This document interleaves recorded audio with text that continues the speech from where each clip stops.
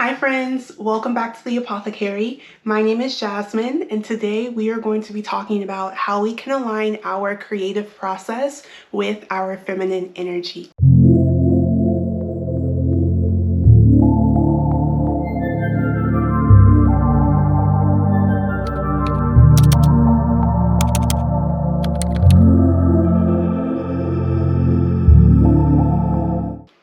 Now, there are so many things that have an effect in society on our creative energy, whether that be work, stress, capitalism, family issues.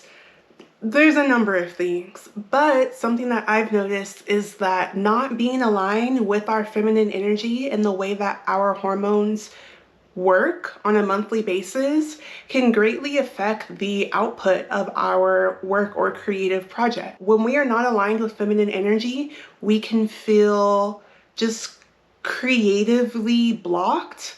We can also feel that we're unable to actualize our creative ideas or projects that we want to put out into the world, or we can just feel creatively uninspired or just not have the desire to create based off of past failures or past projects that didn't come into fruition the way we imagined it in our brains. And that can be really stifling to our creativity, and it can cause us to just not want to create. But that is blocking our natural flow of feminine energy. So today we are going to be talking about how we can get back in that flow in order to actually see the projects out in the world that we want to get out. To go along with this video, I will have a free downloadable PDF on the Spiral Apothecary website, and that link to download will be in the bio of this video. I use GoodNotes to download all my PDFs, or you can use whatever note-taking platform that you use. If you don't have a note-taking platform, that's cool. You're always able to print the PDF, or if you don't have a printer, you can download it and then upload it into the notes on your phone or on your iPad or tablet, and you should be able to edit it on there. Essentially, that PDF will just be discussing everything that we talk about in this video, and you will be able to work through the 3 steps that I will be taking you through in order to get back in alignment with your feminine energy. So if this is something you're interested in, if you've been feeling creatively blocked, or just that something is missing but you don't realize what it is, then this is the video for you, and I am so excited to get into this topic. Aligning our creative process with our feminine energy involves understanding what our hormones are doing throughout the month. So before we get into the 3 steps that you can take to realign yourself, let's go through a quick breakdown of our hormones and how they make us feel throughout the month. The first phase that we go through is our menstrual phase. This is obviously the day that we bleed, or the day that we start bleeding, and this can last anywhere from 1 to 7 days depending on the person. Now, during the menstrual phase, both progesterone and estrogen are very low. You can think of, now, this is in the simplest terms, but you can think of estrogen as our energy hormone, and you can think of progesterone as the hormone that brings relaxation and balance. And throughout the month, there is a constant fluctuation between these 2 hormones, which has an effect on our brain, on our body, and how we're able to do work. And that's not to say that we can't do work in any particular phase, because of course, we are extremely capable of doing whatever we want and need to. But again, this is just about realigning where possible. So in the menstrual phase, you have progesterone and estrogen that are both very low. So that means both our energy and our relaxation and balancing hormones are low. So usually when we're bleeding, we can feel anxiety, we can feel tired or fatigued, and just overall not feel very connected to our ability to do work. In this phase, I like to prioritize rest, but I also like to prioritize reflection. And what I mean by reflection is When it comes to creativity, think back, reflect back on past projects.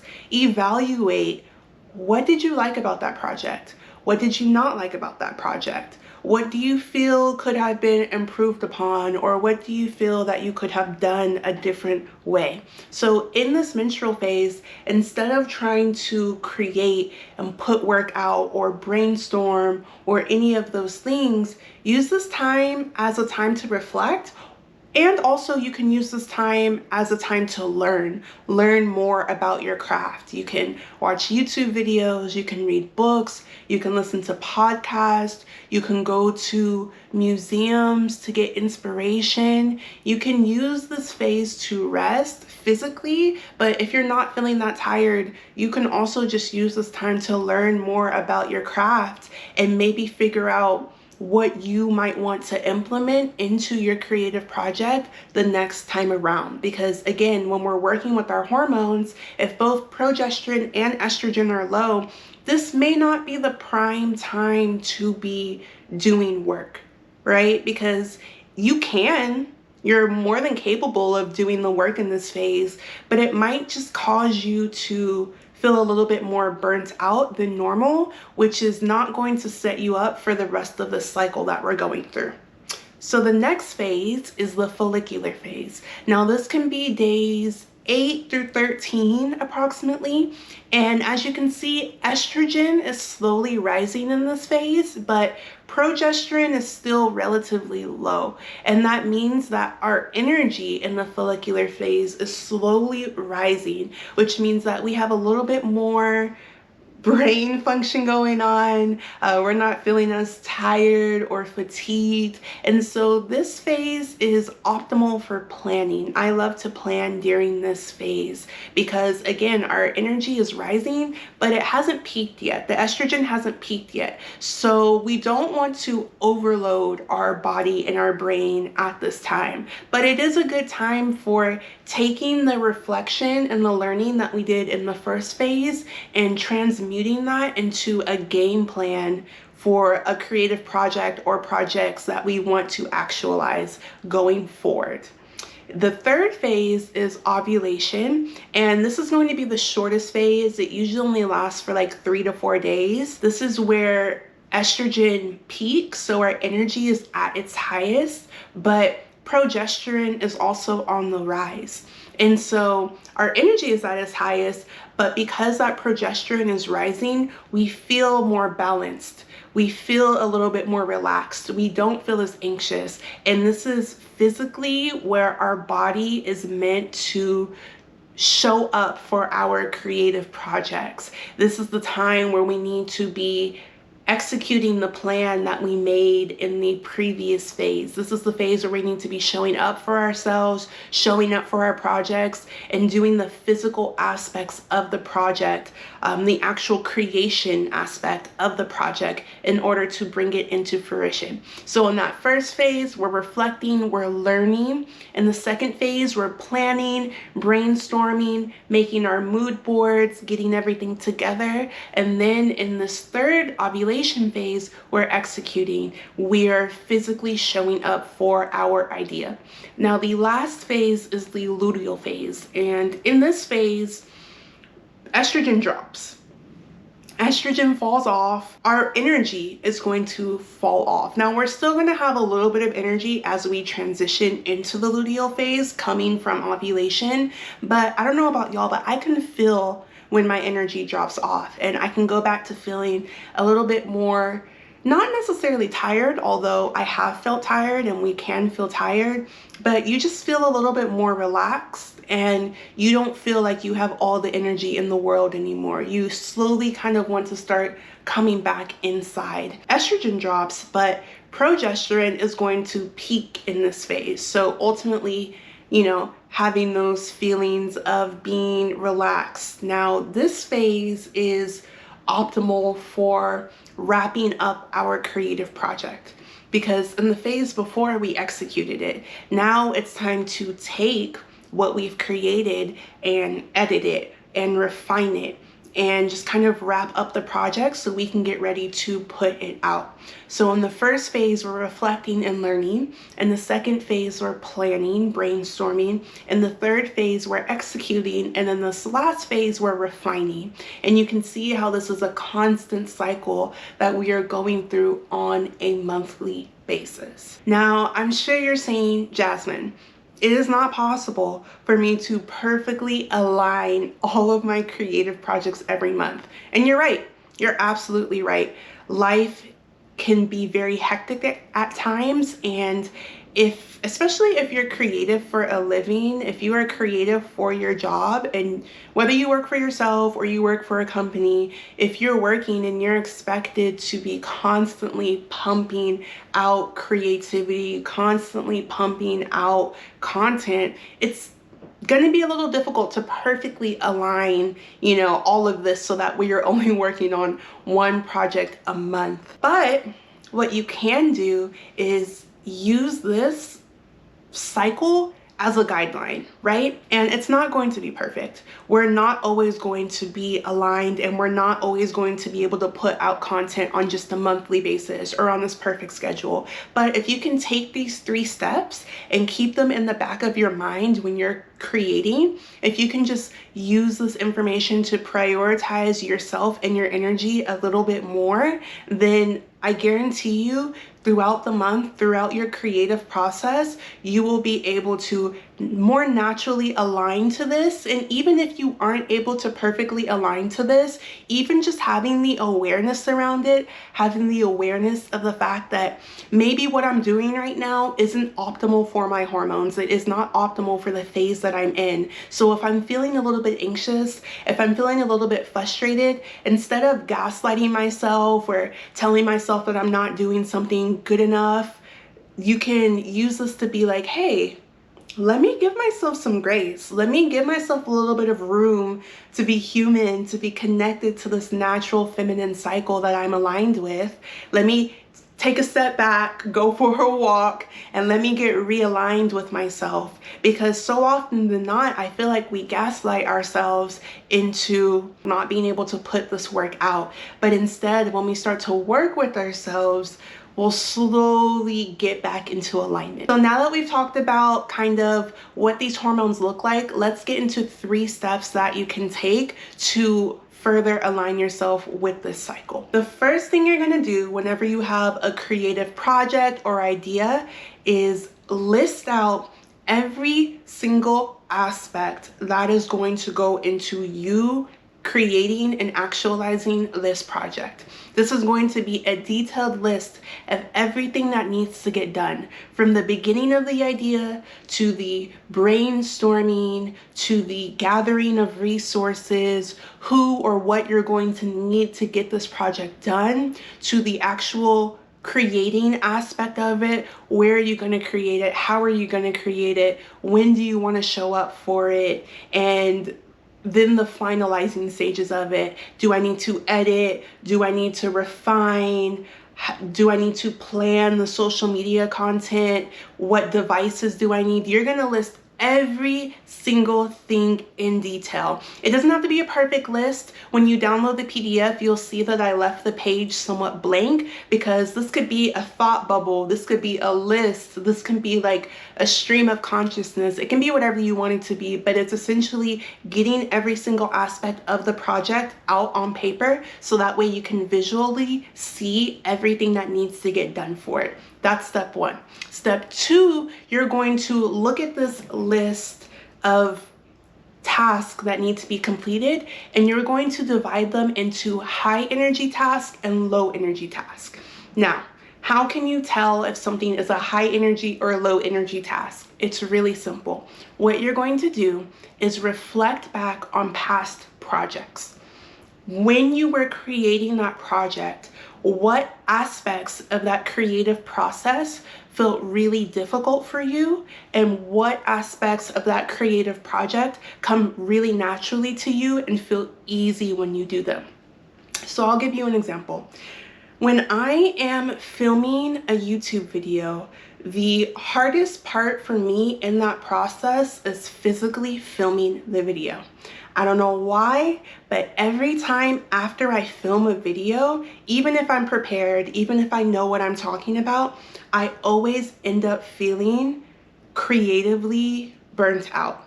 I just feel tired, my mind feels foggy. Something about filming takes all my energy out of me. So I would consider that a high energy task because it takes a lot of energy for me to complete that task. A low energy task for me would be the planning or the brainstorming aspect of planning a video or planning content, because it takes nothing for me to get on GoodNotes or to get in the notes in my phone or to get on Canva and to sit down and create. That I can do in my sleep. It comes very naturally to me and I enjoy doing it. So I can do that in any phase of the creative process, right? So that's going to be considered a low energy task. Now, this is going to look different for everyone, because for someone else, filming might be the easiest part for you, just to sit down in front of the camera, talk, yada, yada, yada. Okay, we're done. So for you, filming might be a low energy task and you can do that in any phase. And the planning or brainstorming or, physically coming up with the idea might be a high energy task for you. It might take a lot of your brain power, therefore causing you to feel burnt out after doing it. And so this is going to be different for everyone, but it's just looking back on past creative projects and identifying what doesn't come naturally to me, what is really difficult for me. And then on the other hand, what comes naturally to me, what is really easy for me. So you're going to divide that list that you made in step 1 into high energy task and low energy task. And once you have everything divided on each side, the third step is that you're going to take all of your high energy tasks and you're going to prioritize those high energy tasks in the appropriate phase that your body is naturally aligned. Say I'm a creator, say I'm a YouTuber, and I know that filming is a high energy task for me. I am going to batch film all the videos I want to create this month in my ovulatory phase, because again, that is when estrogen is the highest, so my energy is the highest physically and mentally, but also progesterone is slowly on the rise, so I'm feeling more focused, I'm feeling more determined to get things done. So that is the optimal phase for me to film videos in, because that is such a high energy task for me. And it's not to say that if I film in the ovulation phase that I'm not going to be tired after doing it, because again, if it's high energy for me, I'm always going to feel a little bit energetically drained after doing it. But if I film all of the videos and the content that I need in that ovulation phase, I am going to feel significantly less tired and significantly less burned out, because I am doing that creative task in a phase that is most optimal for my body to keep up with me and for that part of the project to come out in the way that I visualized it, and for me to not feel anxious or doubt myself, because all of those thoughts and emotions contribute to our creative burnout.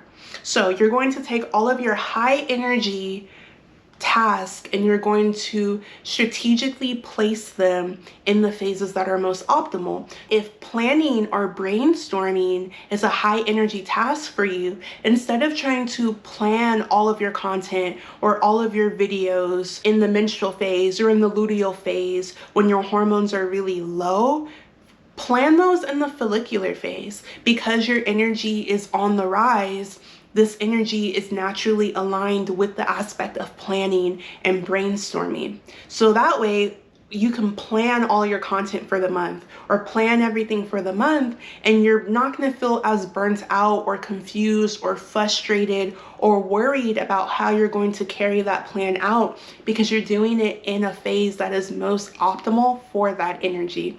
Now, once you have all of your high energy tasks placed in the appropriate phases that support them, now you're left with all your low energy tasks.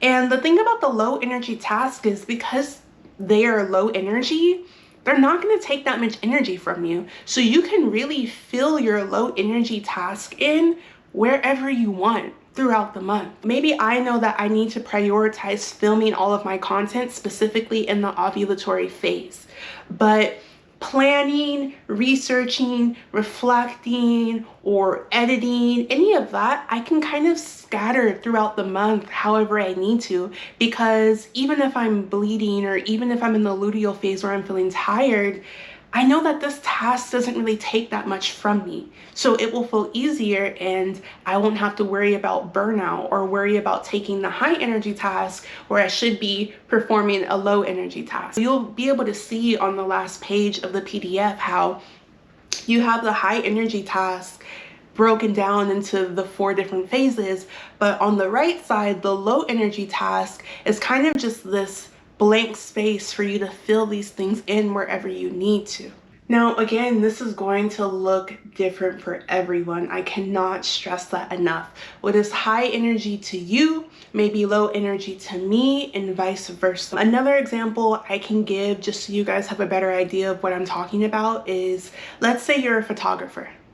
Now, making the mood board, grabbing the inspiration, writing down the ideas, the location of your shoot might be a low energy task for you because you love making mood boards, you love gathering inspiration, and you do it all the time. So that's low energy for you. You could do that at any time.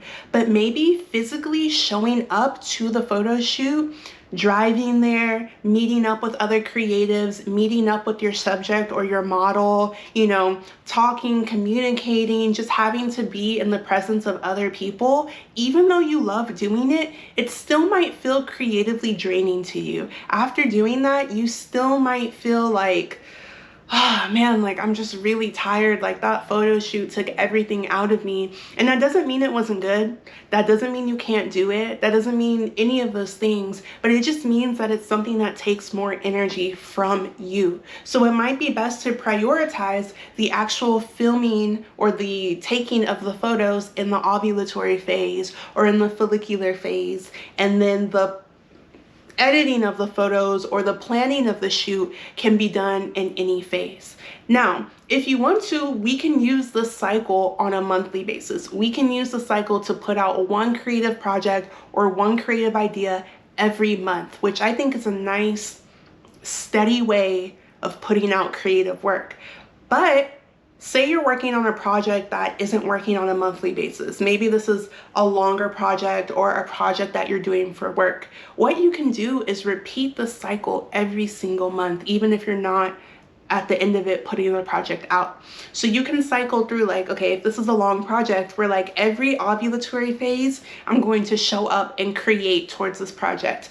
Every follicular phase, I'm going to plan what I need to get done for that project for the month. And then every luteal phase, I'm going to, wrap up that portion of the project that I've been working on this month. That way, when I go into the next month, I already have this section of the project done and I can move on to the next part of the section. Every menstrual phase, I'm going to reflect on what I've got done with that project for the month. That way next month I know exactly what I need to be focusing on, what my inspiration is, and how I want to move forward with that project. And you can repeat this process over and over and over again until you're able to put that project out and actualize it into the world. But as we're repeating this process, again, you are allowing yourself to naturally work with how your body works, which is going to reduce your tiredness. It's going to reduce your burnout,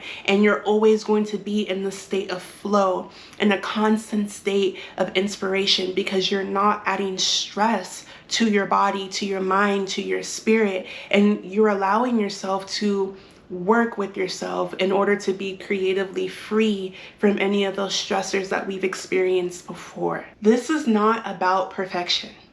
This is not about being perfect. This is about having awareness around your body, your hormones, and how you naturally flow. Because like I stated earlier in the video, life is not perfect. We are not always going to be able to align everything in the phase that is optimal for getting it done. And that's okay. We're still able to create, we're still able to do things. But this is about having awareness, because when you are doing things in a phase that isn't optimal for it, I think we tend to beat ourselves up, or we tend to be like, oh, why can't I do this? Like, am I not creative enough? Am I not talented enough? Am I not smart enough to figure this out? And we start to gaslight ourselves, and we start to doubt ourselves and our abilities and our talents. But when you have this awareness of this creative flow that we're naturally aligned with in the back of your head, even if you're doing something in a phase that isn't optimal, you're still able to be like, oh, okay, whoa, Jasmine, let's take a step back. You are crazy talented, and your thoughts and ideas are intelligent and important and worth putting out into the world. I'm just feeling frustrated right now because I'm trying to film in my luteal phase, and this is a high energy task for me. So because it's taking so much of my energy, I'm starting to feel feelings of self-doubt, when in reality, I have no reason to doubt myself. I just need to have this awareness and be able to give myself grace and understanding to not work against my body and to not work against myself. Thank you guys so much for stopping by the Apothecary. I hope everything made sense to you in this video. If I missed anything, it will be in that free downloadable PDF that's available on the Spiral Apothecary website. And I am just so excited to make more videos for you guys, add more things to the Apothecary website, and create a community of like-minded people, people who want to be aligned with their purpose, aligned with their talents, and people who want to prioritize self-actualization and self-healing. Thank you so much. Bye.